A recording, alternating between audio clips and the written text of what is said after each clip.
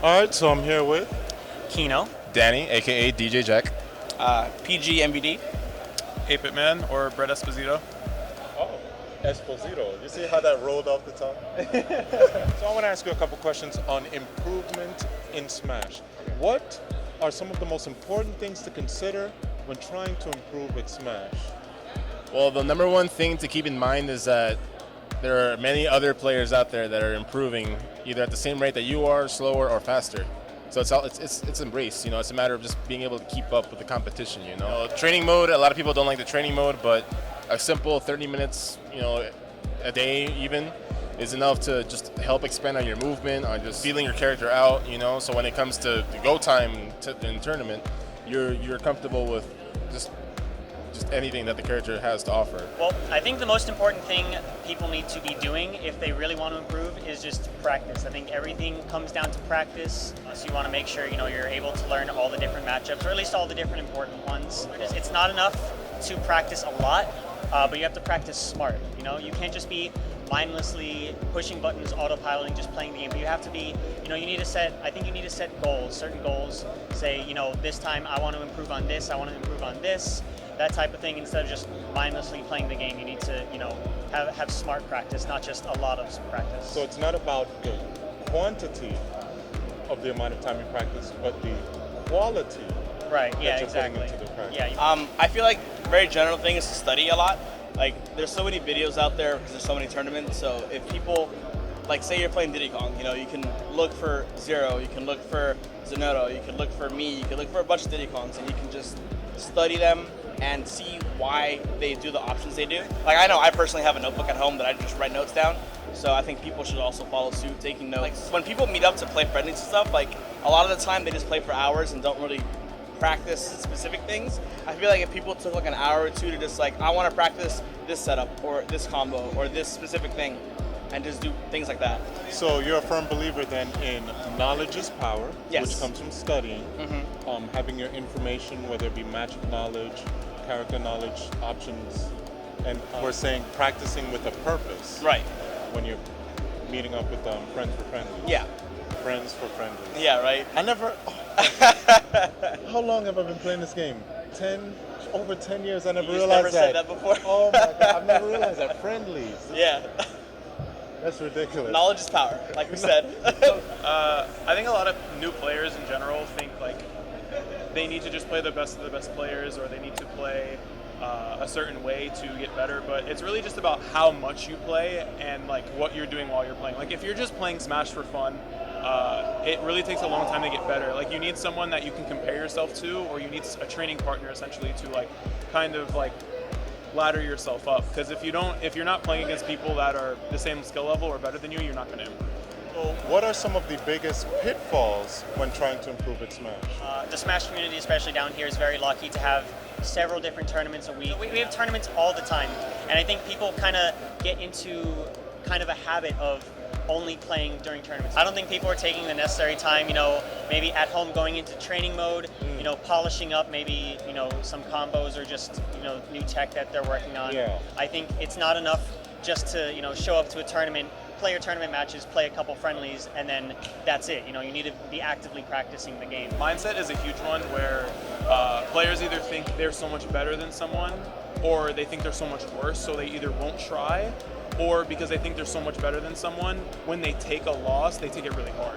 So, like, let's say a new player goes into a match and they fight someone who they think they're much better than, they're either going to sandbag, which is not trying their best, or they're going to not care to improve in that match. Like, in my opinion, I think you should never sleep on someone, which means you should always try, like, at all points in time. And, like, a lot of new players don't have that. Like, mindset is a huge setback if you don't have a good one. Okay. So you believe in super try hard mode. All the time friendlies? Yes. We're calling them deadlies. The game can be a little inconsistent at times because, there's some jank in the game, things that you feel like were undeserved. I won't go into too much detail into that, but basically when you feel like you've improved and then you go to the next tournament and then you go like 1-2 or 0-2 and then you feel like, am I even improving at this point? It's really easy to beat yourself down when you feel like you're getting better at the game, but then you go to the next tournament and then you lose. So it's definitely just a sense of just, you feel discouraged. after all. A lot of players do get discouraged very easily, I feel like. Mentality and frustration. I feel like people get really mad if they don't see improvement, so they kind of just like have a negative mentality, and then that just breeds a toxic mindset, and then that makes people sometimes get worse or just become super stagnant to the point that they just don't want to play anymore. So I feel like if they clear their mind and just understand that it's a process, you know, like Rome wasn't built in a day, progress happens, like it's gradual. You can't run before you crawl, you know, it's baby steps. Okay, so you have to take things one step at a time. Yeah. When it comes to the proverbial glass ceiling, when players are improving and then they feel like their improvement has stopped because they've reached like a plateau, what can people do to overcome that plateau and get to the next level? Honestly, you kind of just need that one breakout tournament. You know, like in my case, I wasn't really as well known until Frame Perfect, a tournament that happened in 2015 November, or I double eliminated ESAM. And ever since then, you know, like I just gained so much more exposure, and then I felt much more comfortable with my own personal talent and skill in the game. And ever since then, I was able to actually break through and beat a lot more top players after that. It is very hard to break through that glass ceiling, but as I mentioned, just with the proper practice and, you know, just that one day where you're really feeling it, that's all you need for you to really acknowledge the fact that, oh, maybe I have what it takes to actually be one of the best in the game. There's a lot of players who have been around the same level for like a really, really long time. Honestly, the only thing they can do is take a different approach, choose a different character, go to different stages, play against different people. If you're doing the same thing all the time, you're going to have the same result, unless you because natural talent is a thing, I agree, but you can always get better. Like there are people who started off terrible and they're amazing now, and there are people who started at 14 and they're amazing at 15. So yes, there's natural talent, but you can always improve. And I think switching up how you play, whether you play with music or not, playing a different character, different things, you have to switch it up to basically make your mind adjust to new things. Because if you're playing the same way, you're going to get the same result. So basically doing the same thing over and over and over and expecting different results Is bad. is a little bit insane. Yeah. So I actually have a kind of a unique opinion on this because I've actually been asked this question several times before. A lot of people are afraid of hitting that plateau and, you know, they feel like they're stuck, they're not getting any better. Exactly. The way I see it, I enjoy the plateau. When you're climbing a mountain, it's not a sprint. You know, you need to take breaks every now and then.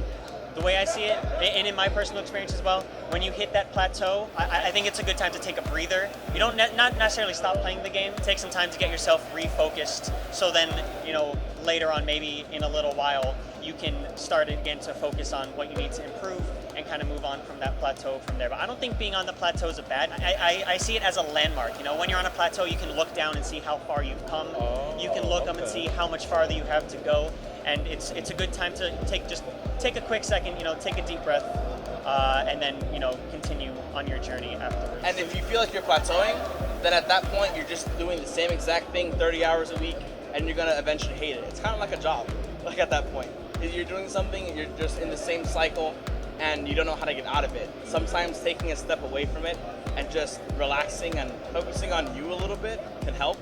I take breaks all the time. Like sometimes I'll go to a couple tournaments a month, travel a bit, and then take a week and just not play Smash and just relax. And a lot of things, bad habits disappear faster that way. A lot of negative thoughts you may have just go away because you're not around the game, and just little breaks help you. Okay. So breaks in between the extensive practice. Yes. If you actually enjoyed this video, then go ahead and leave it a like with the thumbs up button. And if you want to see more videos like this one, then go ahead and subscribe. Hopefully this video will give you some perspective on improving and getting better. Big thanks to all of the interviewees for taking the time out of their day to give me their different ideas and tips and tricks on actually improving. All of their social media information will be in the description below. So go ahead and reach out to them. Tell them I sent you. Hope you guys enjoyed the video. Catch y'all next time.